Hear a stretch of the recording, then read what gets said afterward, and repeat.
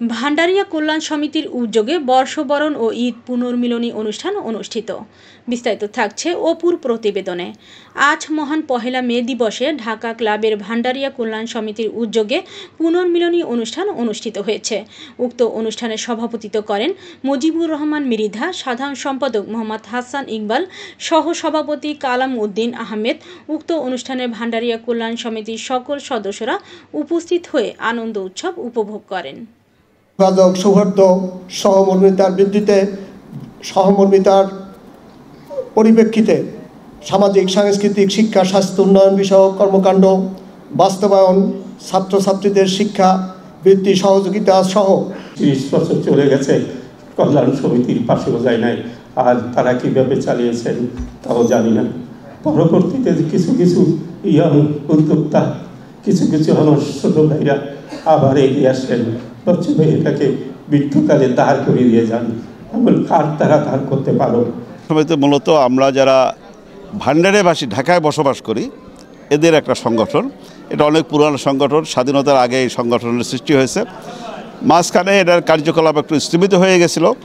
এখন আমরা এই যে নূতন নেতৃত্ব যারা আসছে, আমরা এই কমিটির কার্যকলাপকে বেগবান করে ঢাকাস্থ ভান্ডারিয়াবাসী যারা এখানে আছেন তাদেরকে নিয়ে এই সংগঠনকে আমরা শক্তিশালী করে ভান্ডারিয়ার মানুষ যারা ঢাকায় থাকে এদের পাশে আমরা বিপদ আপদ, ভালো মন্দ, সামাজিক অনুষ্ঠান, জন্ম মৃত্যু সব কিছুতে আমরা পরস্পরের পাশে থাকতে চাই।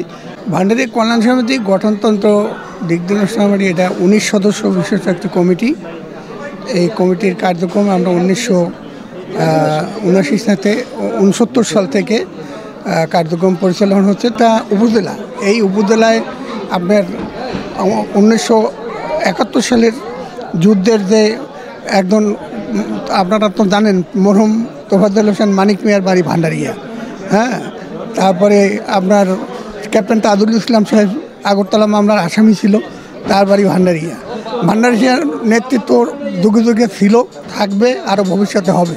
তো এখন আমরা শুধু ভান্ডারিয়া কল্যাণ সমিতি দিয়েই তো সব কিছু করতে পারবো না, কিন্তু আমরা ভান্ডারিয়া কল্যাণ সমিতির থেকে একটা আমাদের প্রথমেই দাবি থাকবে যে ভান্ডারিয়াতে একটা মেডিকেল কলেজ করার জন্য। তার কারণ আমাদের দক্ষিণ অঞ্চলের চিকিৎসা ব্যবস্থা অনেক খারাপ। যেহেতু এইখানে যদি ভান্ডারিয়া একটা মেডিকেল কলেজ হয় তাহলে আমার আশেপাশে প্রায় 5টা-6টা থানা আছে, এই থানার লোক উপকৃত হবে। নিঃসন্দেহে একটি মেডিকেল কলেজ প্রতিষ্ঠা করা দরকার, এই জন্য যে এই অঞ্চলে শুধু বরিশাল শেরেবাংলা মেডিকেল কলেজ, এরপরে পটুয়াখালীতে একটি মেডিকেল কলেজ হয়েছে। সেটা আমাদের আন্দোলনের ফসল। বরিশাল বিভাগ সমিতি, জেলা সমিতি, 6টা জেলা সমিতি, 43টা উপজেলা সমিতি, এদের সমন্বয়। সে কারণেই দক্ষিণ পশ্চিম অঞ্চলে ভান্ডারিয়াতে একটা মেডিকেল কলেজ প্রতিষ্ঠা করা একান্ত প্রয়োজন। তাহলে 7-8টা উপজেলার যারা মেডিকেল স্টুডেন্ট তারা ওখান থেকে লেখাপড়া করে এই চিকিৎসা সেবা তারা অংশগ্রহণ করতে পারবে বিধায় আমি বিশ্বাস করি। সভাপতি হওয়ার মতন, সাধারণ সম্পাদক হওয়ার মতন যোগ্যতা রাখেন, কিন্তু কাউকে না কাউকে তো নেতৃত্ব নিতে হবে, সবাইকে তো আর নেতৃত্বের দায়িত্ব দেওয়া যাবে না। আমরা আশা করি পর্যায়ক্রমের আরও নূতন নেতৃত্বের সৃষ্টি হবে। আমি আছি, হয়তো 2 বছর পর আমি নাও থাকতে পারি, আরেকজন সভাপতি হবে, আরেকজন সাধারণ সম্পাদক হবে। আমরা যাকে যেখানে যতটা সম্ভব আমরা সম্পৃক্ত করার চেষ্টা করেছি। এর মধ্যে যদি কোনো ভুল ত্রুটি দেখা, আশা করি এই সংগঠনের স্বার্থে আপনারা সেটা ক্ষমা সুন্দর দৃষ্টিতে দেখবেন।